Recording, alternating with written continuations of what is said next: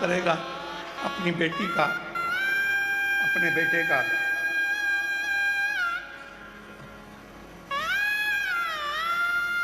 जिस दिन बहुत दुखी हो गए उस दिन वो सीहोर वाला कुबरेश्वर बाबा आपके दरवाजे पर आपके दुख काटने के लिए जरूर आए।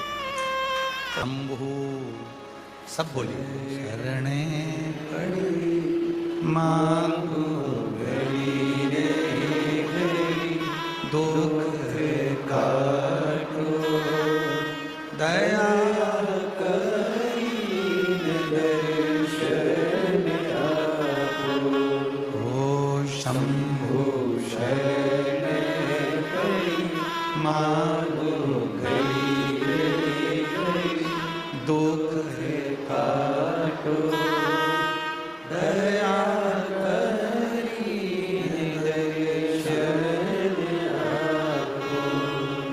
शिव तत्व कह रहा है, भूलवश भी यदि शिवालय की रज मिल जाए, शिवालय का जल मिल जाए, शिवालय की बेलपत्र मिल जाए, शिवालय का दर्शन मिल जाए तो जीव का कल्याण निश्चित होता है। और उसका प्रमाण वामदेव ऋषि की कथा है। दुर्जन असुर के प्राण त्यागने में, दुर्जन असुर के संहार में वामदेव ऋषि के मस्तक की भस्म पानी में गिर गई थी और उसी पानी को पीने के लिए दुर्जन असुर चला गया था। उसी पानी को केवल वो जल में पड़ी हुई भस्म में मुख का दर्शन हो गया था और उसका कल्याण हो गया। अब जरा विचार करिए, आप लोग तो कंकर शंकर की भूमि पर बैठे हो, तो वहां कई रज वहां का कंकर लगकर तो आप और हमारा जीवन तो वैसे ही कृतार्थ कर रहे हैं, धन्य हो रहा है। एक सुख का अनुभव होता है, सुख का।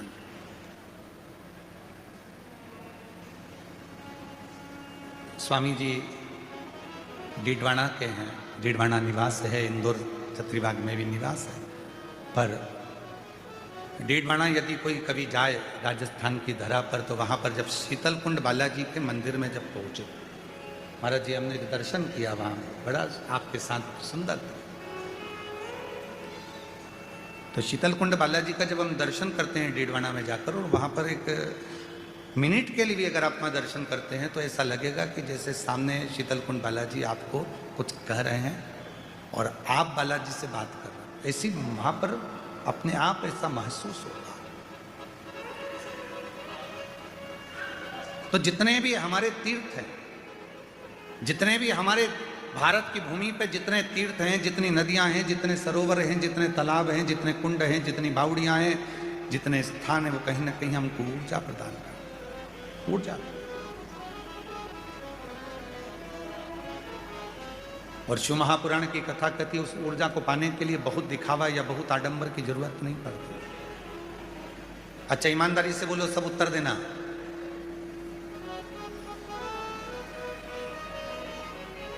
खुश रहने के लिए कितने रुपए खर्च करना पड़ते हैं? जम के बोलो जरा। कोई खर्चा लगता है खुश रहने के लिए? बस अपना मन, चाहे महल में रहो, चाहे झोपड़े में रहो, चाहे ऐसी में रहो, चाहे वैसी में रहो, पर मन यदि तुम्हारा खुश है तो तुम्हें हर जगह आनंद ही। कोई रुपया खर्च नहीं होता, पर खुश रहने के लिए रुपए खर्च नहीं होते, पर खुश रहने का दिखावा करने के लिए करोड़ों रुपए खर्च हो जाते हैं। बोलो सही है कि गलत है? खुश रहने में खर्चा नहीं है, पर खुश रहने का अगर दिखावा करोगे, नी साहब हमारे यहाँ तो सोफा भी है, नी साहब हम तो बहुत खुश हैं, नी साहब हम तो बहुत खुश हैं। खुश रहने के लिए डेंटिंग पेंटिंग करके खूब जोरदार इतर परफ्यूम सब लगा के और खूब जोरदार पेन ओढ़ के और सबके सामने जाओ, नी साहब में तो इतनी खुश, और सिर पे पल्लू ले लेके यहाँ 2-3 पिन लगा के वो भले टपक रही हो, और नी साहब हम तो खुश, हम तो खुश। तो खुश होने का दिखावा खर्चा कराता है, पर खुश रहने में कुछ खर्च करने की जरूरत नहीं। सुखी रहने में कोई खर्चा है क्या? जम के बोलो, सुखी रहने में कोई खर्चा है? जा रहोगे, अभी आप लोग इतने दिन से 7 दिन से यहां पर थे, कोई आपसे पूछेगा घर पर जाओगे जब, क्यों इतनी भीड़ में कहां सोई, इतने भीड़ में कहां सोया, कहां रहा, चालय में भी इतनी भीड़ लगी रहती थी, कहां, पानी पीने कहां गई होगी, कहां गया होगा, भोजन करने। तो मां तुझे सुख था, तो कहने वाले कह देंगे इतना सुख पूछो मत, पूछो। पांव लंबे करती थी तो दूसरे को पड़ता था, हाथ लंबा करती थी तो बाजू वाली का चश्मा टूट जाता था, बाजू वाला इतना गुर्राटा भरता था कि पूरी रात श्री शिवाय नमस्तुभ्यम में निकल जाती थी, पूरी रात। और इतने में फिर इधर वाला कहीं का निकल कर जाता था तो पांव दबा दबा कर जाता था, पांव पे 2-4 पांव रख कर जाता था, ऐसा लगता था मेरा छोरा मेरे पांव दबा रहा है, इतने जोरदार।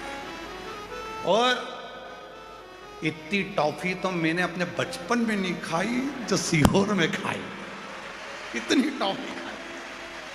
और बिस्कुट पूछो मती, चाय और मिल जाती ना तो फिर डुबक के खा जाती और अच्छे से, इतना बिस्कुट खा। याद तो आएगी बहुत। और अपने पापा को, अपने पिता को, अपने बाबुल को, अपने शिव को याद करो, यहां से जाते समय उससे बात कर कर जाना। जब इस कुबेरेश्वर धाम के 6 दरवाजे हैं, उन 6 दरवाजों से जब बाहर निकलो, वहाँ की चौखट को नमन कर कर उससे कह कर जाना, फिर जल्दी बुलाना, बहुत याद आएगा। ऐसा उड़ जाना रे दिन,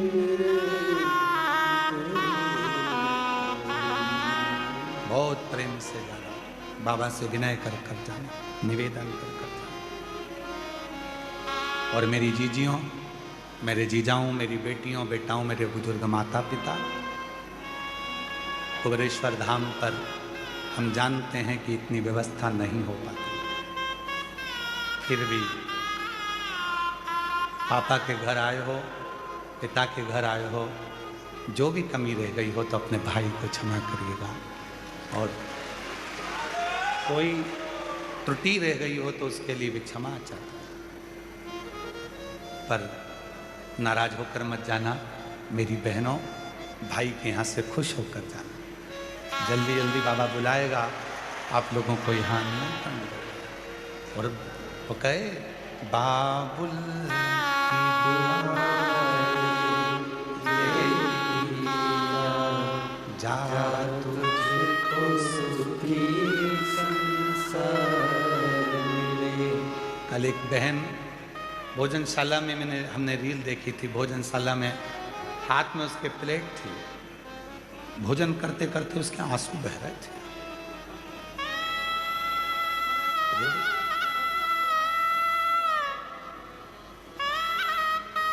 कल एक सब्जी काटती काटती रो रही थी, पूछा क्या हुआ, बस कल जाना है। तो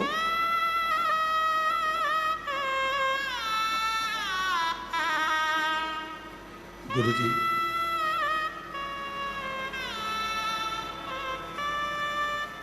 बच्चे लाने नहीं देते, बच्चों से कहती हूँ मुझे छोड़ जाना, कुबेरेश्वर धाम जाना है, आते नहीं। बहुत ना जाने वो कुबेरेश्वर बाबा कौन सी कृपा करता है जो मुझे बुला लेता है, मैं तो इस लायक भी नहीं। वो रील हम डालेंगे, बच्चों से लेकर भोजन करते करते आंख से आंसू बह रहा था।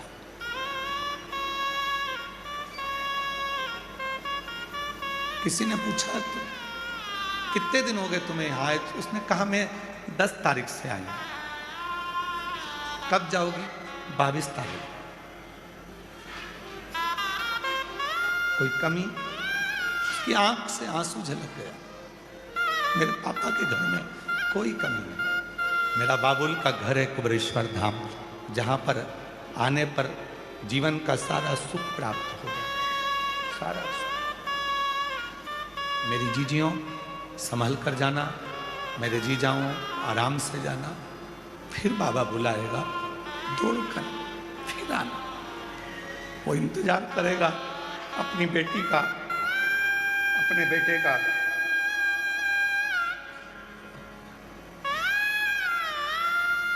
जिस दिन बहुत दुखी हो गए, उस दिन वो सीहोर वाला कुबेरेश्वर बाबा आपके दरवाजे पर आपके दुख काटने के लिए जरूर आए।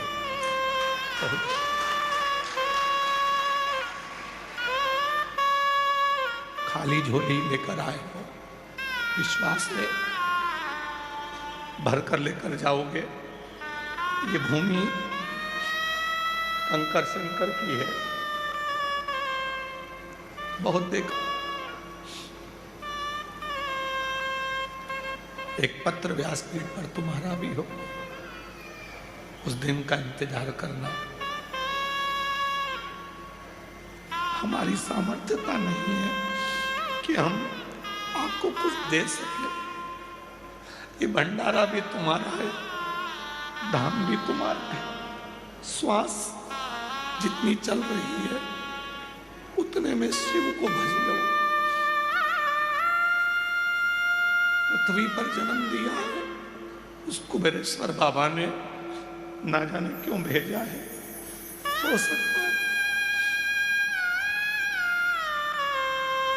वो कहते हैं बड़ी कंपनी में कंपनी के लोगों को प्रचार के लिए भेजा जाता है, तो मेरे कुबेरेश्वर बाबा ने अपनी कंपनी का प्रचार करने मुझे भेजा होगा, मेरे शिव ने। कहीं आडंबर में मत फंसो, ढोंग ढकोसले में मत जाओ, कहीं दिखावे में मत पड़ो।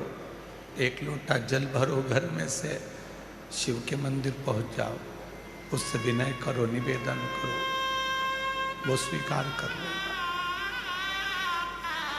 अपने दुख को किसी को मत कहो, लोग इसका फायदा उठाएंगे। उससे बस विनय करते हो, निवेदन करते हो।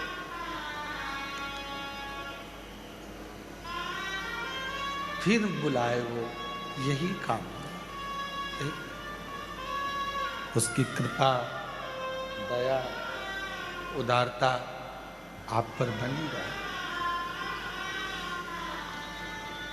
तारकासुर के इस प्रसंग के बाद में प्रसंग आता है 12 ज्योतिर्लिंग का, जिसमें भगवान शिव के 12 ज्योतिर्लिंगों का स्मरण कराया जाता है।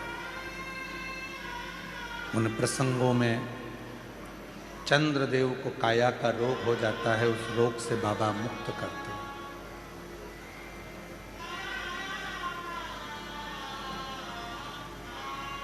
षडानंद कार्तिकेय बाबा के लिए मल्लिकार्जुन के रूप में बैठ जाते हैं।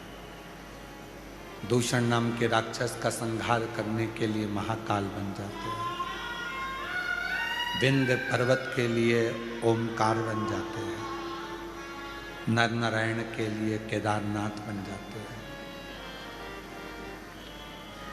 कुंभकर्ण के बेटे भीम का संहार कर कर भीमाशंकर बन जाते हैं। मनु शत्रुपा के लिए विश्वनाथ बन जाते हैं।